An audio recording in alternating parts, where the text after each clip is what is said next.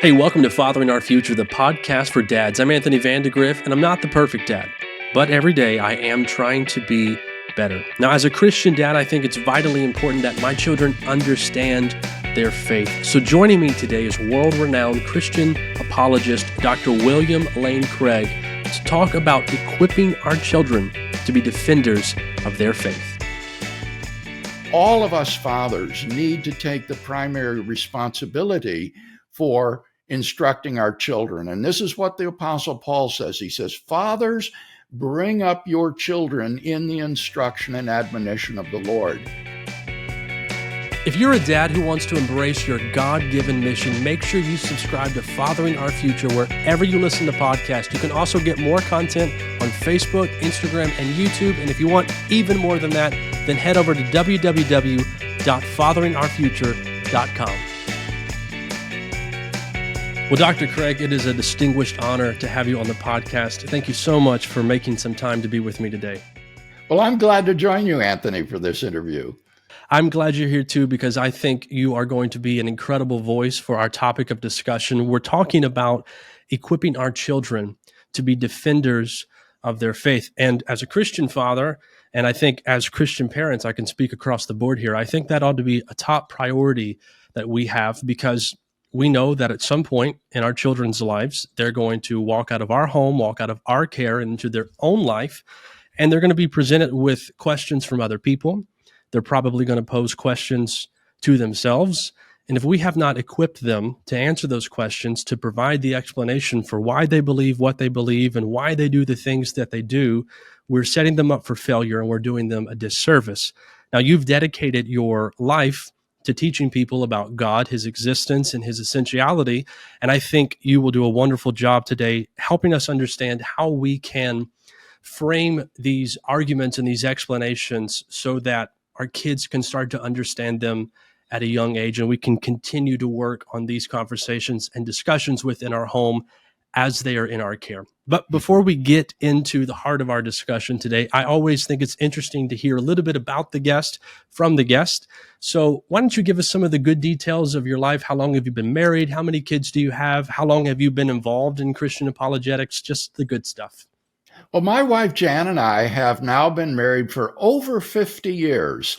And we are enjoying life together without children at home. And so it's great. We have two children. We have what the Irish call a gentleman's family, a girl and a boy. And I couldn't agree with you more, Anthony, that the top priority for a parent is to see that this person whom they have brought into existence will go into eternity in a saving love relationship with God, rather than be separated from God forever. I cannot imagine a more inconceivable horror than that. So it has to be a top priority that we do everything we can to ensure that our children come to saving faith in Christ and know and love him. Yeah, absolutely. I think it's really important that we first understand our identity as fathers and as mothers as well, that we ourselves are disciples and we've been entrusted by God to help raise other disciples. So we have to do a better job of not just demanding that our children follow us blindly and follow the faith that we speak to them blindly, but that they themselves, like you talked about, have that own personal relationship with Jesus Christ, and they themselves grow as a disciple. I mentioned you've been involved in Christian apologetics for quite some time. Just how long have you been doing that? I suppose it would be since my senior year in college. I graduated in 1971, and my senior year, I read a book by Edward John Carnell called An Introduction to Christian Apologetics, and I was absolutely captivated. And Carnell was such an inspiration to me. He had earned doctorates in both philosophy and theology. And I thought, oh, if I could someday do that and become a Christian apologist, that would be just beyond my wildest dreams. And God has fulfilled that in my life. So it started in my senior year. That's beautiful. I'm going to go ahead and take an opportunity here to let people know I have a copy of your book, On Guard, and it's a wonderful book, and I think it will go great with this discussion. But you also have a couple of interludes where you talk about your personal testimony, your Yeah. time in college, your time with your doctoral studies. Uh, God clearly had His hand on your life, and I'm grateful that you followed the prompting and the leading of the Spirit, and still to this day continue to do what you do.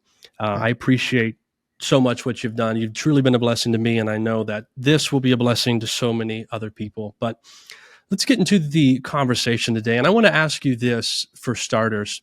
Do you think that it might be even more so important for us today in our culture to equip ourselves and to equip our children to do that? Because we live in a culture today where people can look at obvious biological truths and just deny them and then populate their own narrative. Do you think it's more important today than it has been in times past?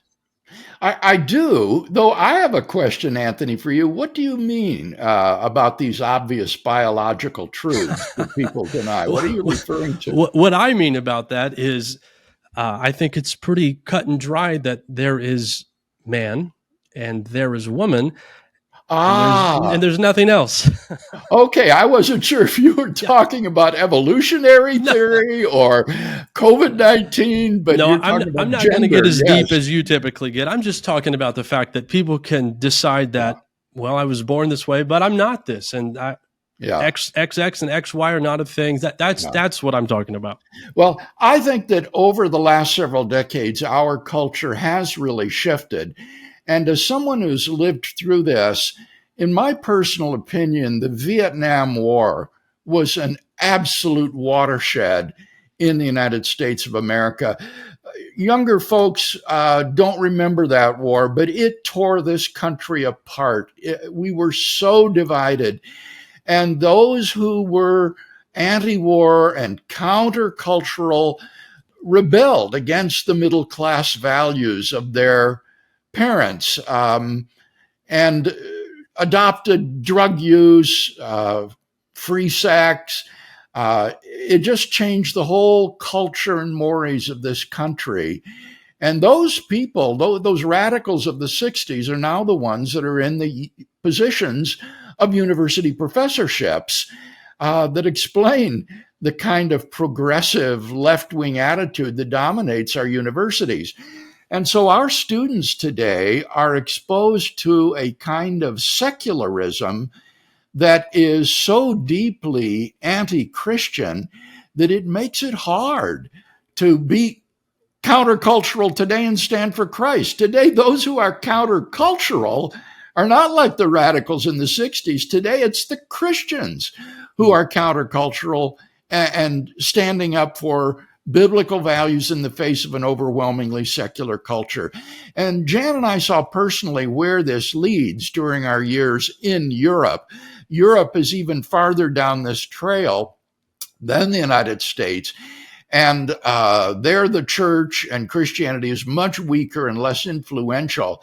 And so you have a kind of secularism that just dominates everything and makes it difficult for the gospel even to be heard as an intellectually viable option for thinking people. To invite people to believe in Jesus Christ is like inviting them to believe in fairies or Santa Claus. It just appears absurd to them. Hmm. And so, one of the tasks of apologetics, I believe, that is so important is to try to shape a cultural milieu in our country in which the gospel can still be heard as an intellectually viable option for thinking men and women. Yeah, I think that's very important.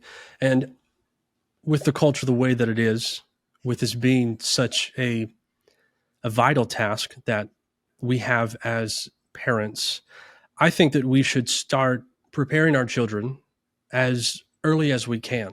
So I Hmm. think of my children, they are ages 6, 4, and 2. And I think of what is often said that once you obtain 10,000 hours in a particular field, that you reach this level of mastery. I just think if we can start engaging with our children and being intentional with our children about these conversations and these discussions about God and his existence and the word of God and its infallibility, I think if we can have those conversations with them early on, I just Yes. think how wonderful would it be if by the time our kids are in high school, they've had 10,000 hours of contemplation and questioning and answers and conversation. I think that would be a wonderful goal for us to strive for. So, what I'm curious about is as we go down this path of apologetics, I am privileged to have another PhD in family studies on this podcast periodically. And the last time he was on with me, he just made this reference that it's a bad idea for Sunday school teachers to teach the young children about the cross and the crucifixion at Easter. Well, Easter rolled around this year, and I'm talking to my 6-year-old son, and he knows that Easter is a holiday. So, in his mind, holidays mean he gets a gift. So, he's trying to tell me what he wants me to buy him for Easter. And I stopped and I said, Frankie, I said, Easter is less about us and it's more about Jesus. And that conversation led to the cross and led to the crucifixion story.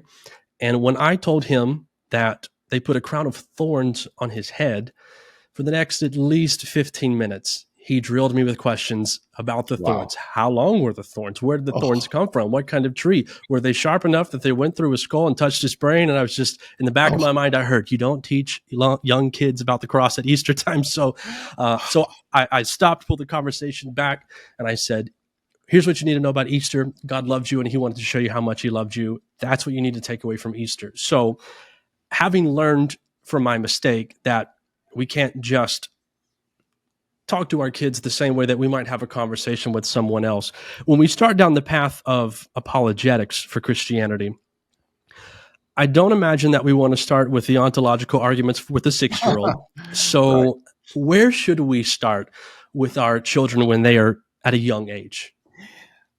Let me say that this is an admonition, first and foremost, to fathers rather than mothers. Okay. Unfortunately, we men have very often yielded our role of instructing our children to the mother. And that makes Christianity looks like something for women and girls. We need to present to them a robust masculine image of Jesus and not this kind of feminine matriarchal view of Jesus. So all of us fathers need to take the primary responsibility for instructing our children. And this is what the Apostle Paul says. He says, fathers, bring up your children in the instruction and admonition of the Lord. Now, I certainly don't claim to be a model in this, but I will share a couple of things that we did that I thought were helpful. The first thing you need to teach your children is Bible contents. Before you can teach them apologetic arguments, you need to help them to get some familiarity with the Bible. And I found this picture Bible to be extremely useful with our children when they were young. Every evening after supper, while Jan cleaned up, I would take Charity and John and would read them a story out of the picture Bible and pray with them. And then after that, I would read them something from another piece of literature like the Chronicles of Narnia or the Adventures of Tom Sawyer or Little House on the Prairie, something of that. So we had intellectual input right alongside with Bible reading. Now, in addition to that, I wanted to teach our children Christian doctrine when they were very young. And so I developed a series of 10 booklets called What is God Like?, which is on the attributes of God for children. And these feature these lovable cartoon characters, Red Goose and Brown Bear. And these are on each of the different attributes of God, like God is omnipresent or all present, God is eternal, God is spirit, and so forth. And these have been illustrated by a wonderful artist named Marley Teague. And we have found that people just love these booklets because of the way they start conversations with children. Children will sometimes ask every night before they go to bed to be read a brown bear and red goose story about the attributes of God. And then the parents can talk to them about these properties, about what God is like. And this expands the mind of the child so that God is not some sort of an anthropomorphic man with a long beard on a throne, but he is this great, majestic God. That is a great resource to start the children out very, very young in learning about Christian doctrine and expanding their minds. And in our personal experience, this has worked with our children, sharing from a very young age with them the evidence for God's existence, like the design of the universe, or where did everything come from, or the resurrection of Jesus from the dead. It's really made a difference. Our son told us, just a couple years ago, that he actually tried to walk away from Christianity at one point later in his life. Jan and I were very distressed to hear this, but he said he couldn't do it because he was convinced that it's the truth. And because it's the truth, he said, I couldn't deny it. And so now he's a committed believer and has a ministry in his church teaching apologetics. And so giving kids this kind of training can help, at least. It can't guarantee, but it can help to solidify those faith commitments in them. Yeah, I think that is a wonderful starting place. And that's something that we at my home, we try and practice this. I know I am predominantly the one doing this right now. My wife is currently in a cast because she had a surgery on her foot. So I'm taking care of everything, which is a lot of fun. God be with me. But at night, I do my best. We have another Bible story book, just like you presented, that we read. And I think, I don't know who told me this or if I just did it one day and I just thought, you know what, this is a great idea. But when I get done reading one of those stories, I always ask the kids, what stood out to you? What'd you think about this? What questions do you have? And it prompts that conversation that you brought up and that you talked about. And that is so valuable because when you hear from your kids, sometimes it's amazing. Your kids will point out things that you might have missed or you haven't thought about in a long time. You're thinking, God is so good. And then other times you just get this reference point of, this is where they're at. Now I know how I can help them because I understand where they're at mentally with this topic. Yeah. And it gives us what we need to help them. Yeah, I remember one mother sharing with us that when she read our Bear and Goose book, God is All Loving, to her child, in the book it says that even when you're bad, God continues to love you, even though he disapproves of what you've done. And the child said, well, I don't think that's true. God doesn't love me when I'm bad. And I thought, oh my goodness, for a parent to learn that is so important because that child has such a warped and distorted view of God as someone whose love needs to be earned and merited, a kind of performance demanding God. That is extremely important for something like that to emerge in a conversation with your child, Yes. so that you can help to shape their attitudes toward a truly all-loving God. Yes. And like you pointed out just now, there's a benefit, I think, that goes both ways. Most often it is probably for the child, but every so often the parent can get this revelation that helps them and blesses them. And then that allows them to be an even greater model of Christianity and of their faith to their children. Mm-hmm. Okay, so let's move down the developmental phase a little bit with our children. There are some experts that say we need to have the talk, and I think people know what I'm talking about by referencing that. We need to have the talk with our children as early as the age of 8. And now that baffles me a little bit. Not that the experts say that, just that we live in a culture where in order to properly prepare our children, they need to know at that age because of everything that exists right now. But I would imagine that while sex is a very important topic to discuss with our children, it falls under the category, or under the umbrella rather, of faith. I don't think we can correctly teach our children about sex without packaging it within biblical views. So would you say that there is a the talk in reference to our faith that we ought to have with our children, and at what age should that conversation happen? Now, when I got your questions in advance for this interview, Anthony, when you said we need to have the talk with our kids as young as 8, I interpreted that to mean, when do you have the talk with them about their receiving Christ and becoming a Christian? At what age do you try to evangelize your children? I completely missed the point. That's okay. You're thinking about biology again, you know?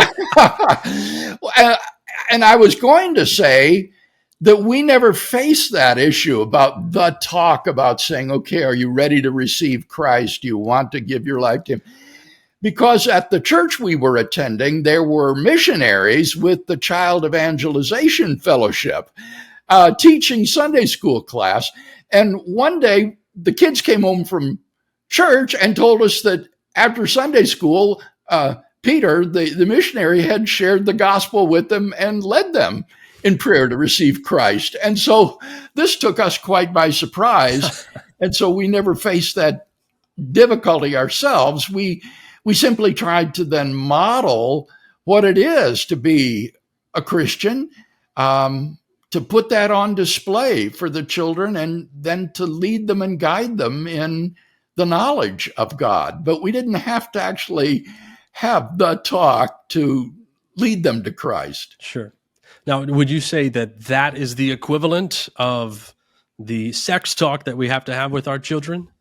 Yeah, I would. I mean, I think that it for every parent faces the issue, when is my child old enough to understand that he is a sinner condemned before a holy God, that he has moral responsibility, moral accountability. You know, I think very young children don't have moral accountability because they don't have rational faculties that enable them to be moral agents. But at some place, you come to the so-called age of accountability. And at that point, we need to help to lead them to Christ so that they will make a commitment and remember that day as their spiritual birthday, so that they will know, yes, I committed my life to Christ. I received him and the Holy Spirit as my Lord and my Savior. And so I do think that's just as important as the facts of life talk. Like you mentioned, there is an age where every parent has to judge for themselves. That I think my child might be smart enough to understand where they're at, their actions. I don't like parental guidance that's always cut and dry. That your kid turns 7 and then you have to do this, because every child is different and every family is different. So yeah, that's a good talk to have. And again, parents have to judge for themselves. Now, so as we continue on, we're reading stories to our children. We're having conversations with our children. We are modeling things for them. We're doing our best to be examples that guide them. Now, for whatever reason, traditionally, a lot of parents have been worried when it comes time for their kids to go to college, because they're concerned about, well, they're going to be faced with peers who have different beliefs and different worldviews. They're going to potentially be engaged in conversation with professors who can breviloquently talk about their atheistic perspective. And I'm worried that my child's going to either deconstruct their Christian views or turn and live a different way. I think for me, if that is something that traditionally we've been worried about, I would think, well, that much more we ought to do our best to prepare them going into that. Yes. If we know that why would you just lead your child into the fire and give them nothing to fight against the fire? it's just kind of like feeding your own kids to the wolves in a sense. So, what would you say are the top defenses of our faith that our kids should understand before going into college? Yeah. I think they need to understand the arguments that I've laid out in the book that you mentioned before, On Okay. Guard. This is meant to be a kind of primer aimed at students and laymen that basically will equip them to give a positive case for the truth of Christianity and answers to the best arguments against it. Now, before they get to that point, we need something to bridge the gap between little children and these adolescents. And so we've developed this other book called The Defense Never Rests. And this is a workbook on these apologetic arguments for God's existence, like the moral argument, the Kalam cosmological argument, and so forth. And it's in the form of a kind of fill in the blank workbook that you do with your child. And it's important to understand that this is not to be self taught. There is a teacher's guide that goes with it. So you have the workbook for the student, and then you have the teacher's guide for the parent or the teacher who will teach the material to the child. And this has been tested with 8 to 10-year-olds and has proved just enormously effective in training these kids. And then, if I just might mention one other thing that I did with our children. Sure. One summer, when they were in high school, I took a summer to teach them the rules of logic.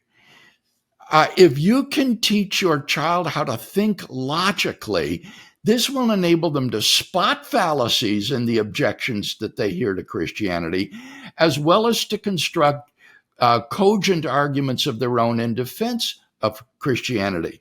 And so one summer after lunch, each day I would sit down with Jan, John, and Charity, and I would give them instruction on the rules of logic. And then I made up worksheets, made up problems for them to symbolize the premises and then draw the logical conclusion and explain which rule of inference permitted you to do that. There's only about 9 of these logical rules that govern all of reasoning that you need to memorize. And we eventually took that and made it into a booklet too called Learning Logic, which is also illustrated by that same artist that did the Bear and Goose books. And so I would encourage folks to go through a book like this with your kids, teach them logic, how to reason, how to be rational. And this will give them so much power.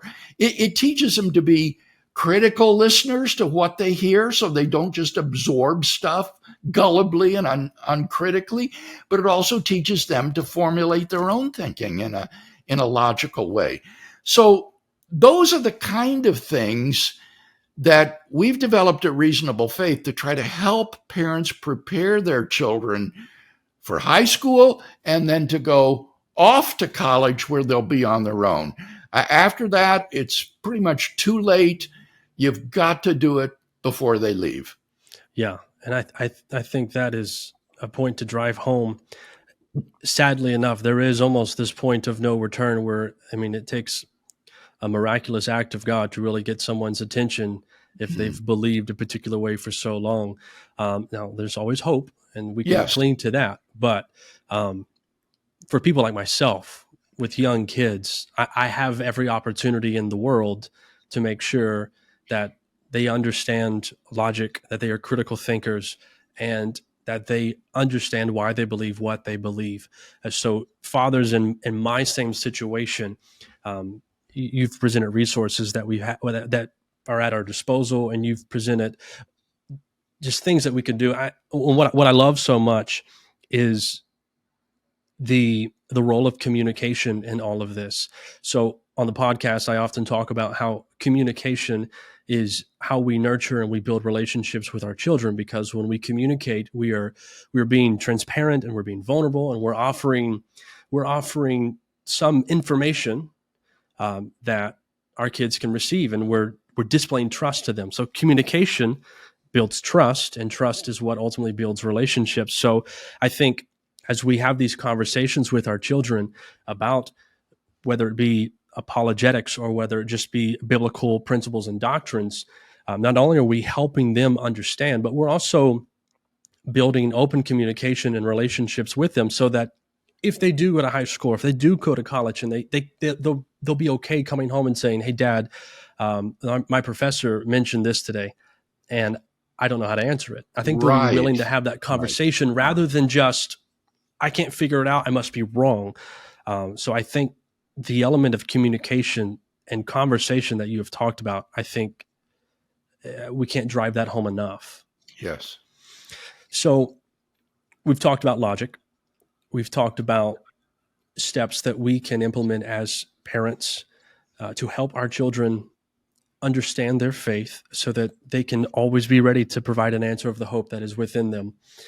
But even with that, I think almost every person at some point experiences a faith crisis. Now, some people, when they experience a faith crisis, it manifests itself in a way that everyone can see. And some people, like myself, when they go through a faith crisis, you never know they go through it. And I think it can be difficult, and I've seen it be difficult on parents when they see their child turn the opposite direction or stop living out the biblical principles that they grew up on. Now, you mentioned a little bit about this with your son, and you don't have to divulge details or go into the extremes, but from your perspective, what advice would you give to parents when they start to see their child going through their faith crisis? Yeah. That's really difficult because we never saw that. So I can't speak from experience about that. Clearly, what you said about maintaining open lines of communication and allowing the child to express doubts and objections without getting defensive and condemning the child. You have to give them the freedom to raise questions and to doubt. But then anything you can do to help provide resources to the child, I think should be done. I recently had this experience after my defenders class at the local church we presently attend. A couple contacted me and said, "Our son is going through severe doubts. He's thinking about walking away from Christianity. And I wonder if you would talk to him. He'd be willing to talk with you." And I said, "Of course, I'd love to." And I sat down with this guy and had the most wonderful conversation with him, answering his questions.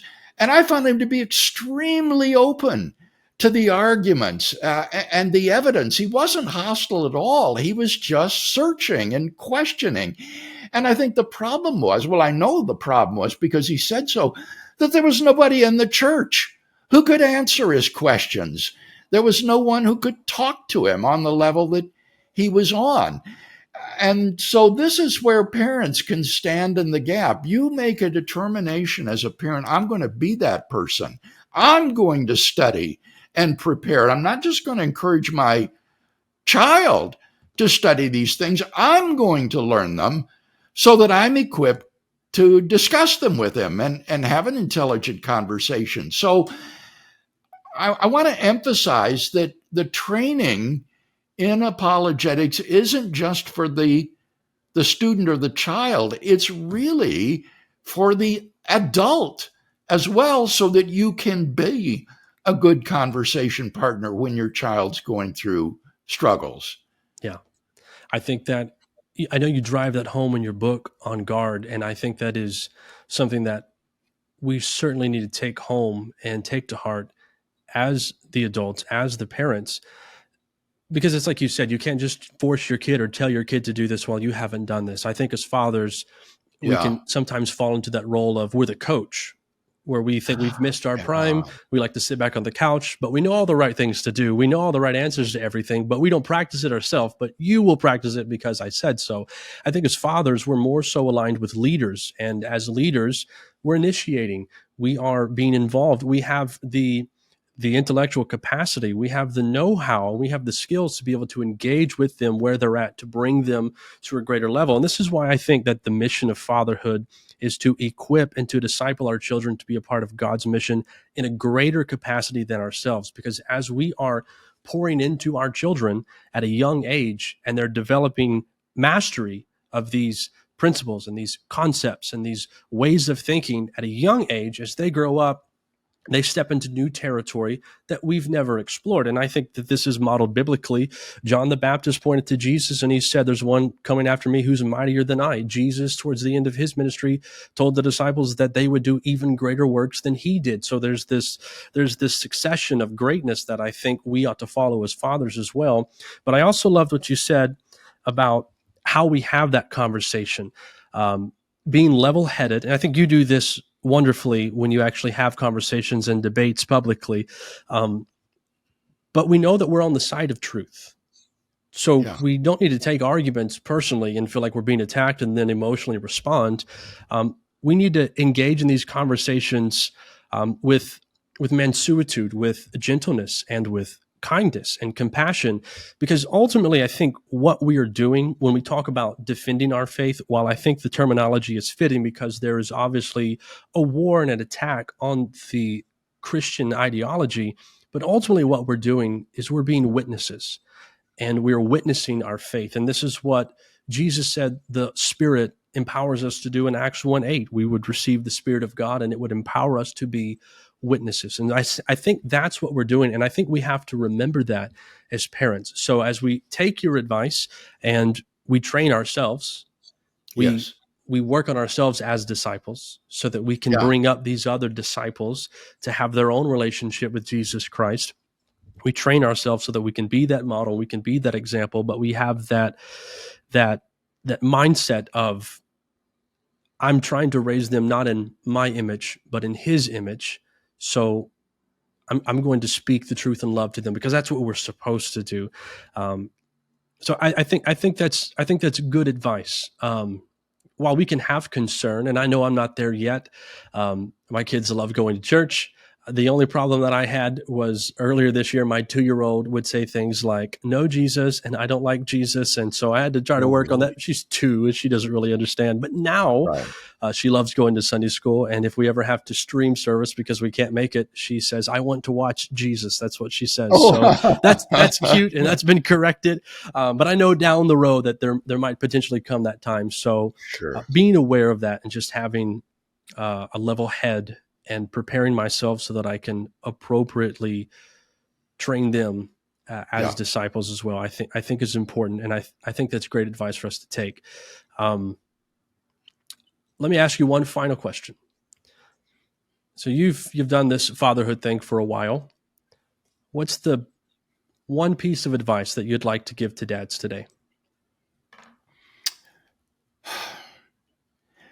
Well, I suppose I would say that it needs to be that you model to your children what it means to be sold out as a Christian.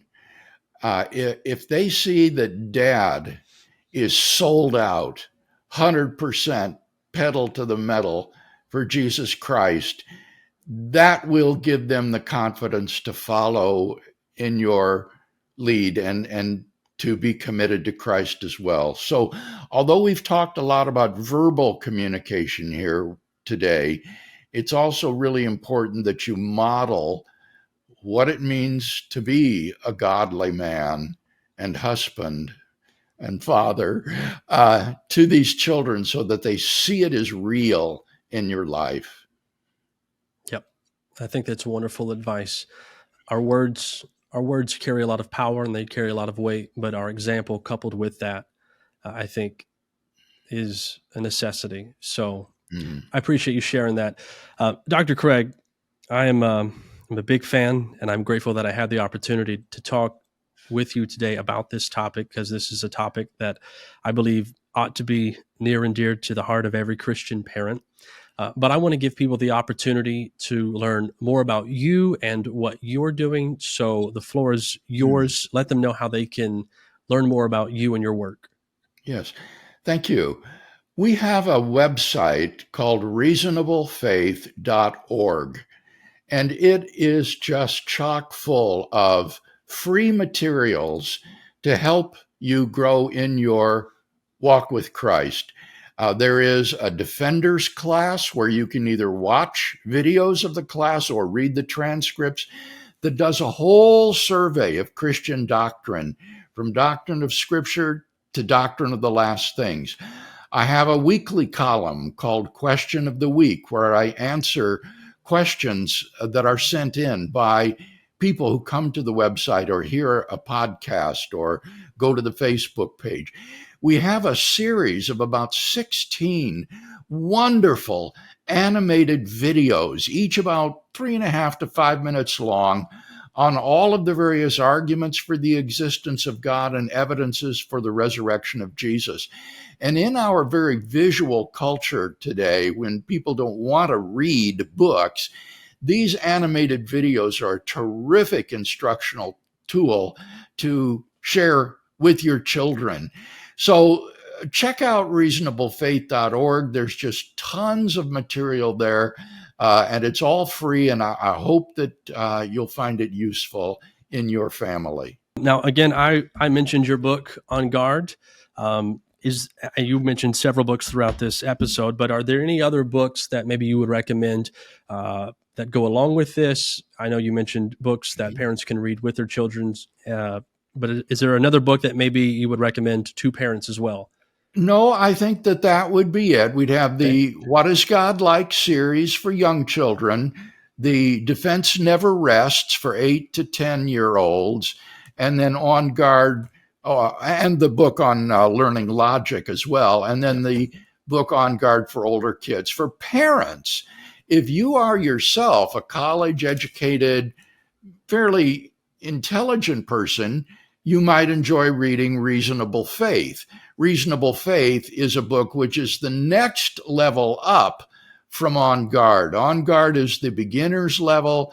Reasonable Faith is more of an intermediate level. So that would be appropriate perhaps for a college-educated parent rather than for the children. Okay. But, my theology teacher, Clark Pinnock, once advised us, he said, "Men, you should know your subject profoundly and share it simply." And that's good advice with your children too. You know it better than what you share it with your children. You know it profoundly, but then you share it simply. And that, I think, is a great way to be ready for those questions and objections that may pop up unexpectedly. Yeah, I think that's sage advice. And I appreciate you sharing that. I appreciate everything else that you've shared in reference to the questions that were posed to you today, all the resources that you've put so much hard work into to making available so that parents can access them even to this day. Dr. Craig, it has been a true pleasure and a true joy to have you on the podcast. And thank you. And I pray that God blesses you in your continued efforts for the kingdom of God. Thank you, Anthony. God bless you too. I want to make sure you take to heart the two emphases that were throughout this discussion. The first, make sure you communicate with your kids. Make sure you have conversation with them. Read Bible stories to them. Talk about the Bible with them. Talk about the sermons at church with them, and be open to what they have to say. Hear where they're at. Understand what they understand. Open the door to open communication and dialogue with them. You'll learn where they're at, what they understand, and how you can better help them understand their faith. And the second thing, be the example. Show them what it looks like to serve the Lord. Allow your life to be a testimony that they can see of God's love and goodness, grace and mercy. Allow your life to be that. I believe if we will have those conversations and be intentional about having those conversations with our kids and being intentional about the way we live as a disciple, and that we set forth an example that is noble for them to see, if we'll have that conversation consistently and we'll consistently set that example, I honestly believe that we will equip our children to be defenders and ultimately witnesses of their faith. This is Fathering Our Future, the podcast for dads. I'm Anthony Vandegrift. Thank you so much for being with me, and I hope you will join me next time.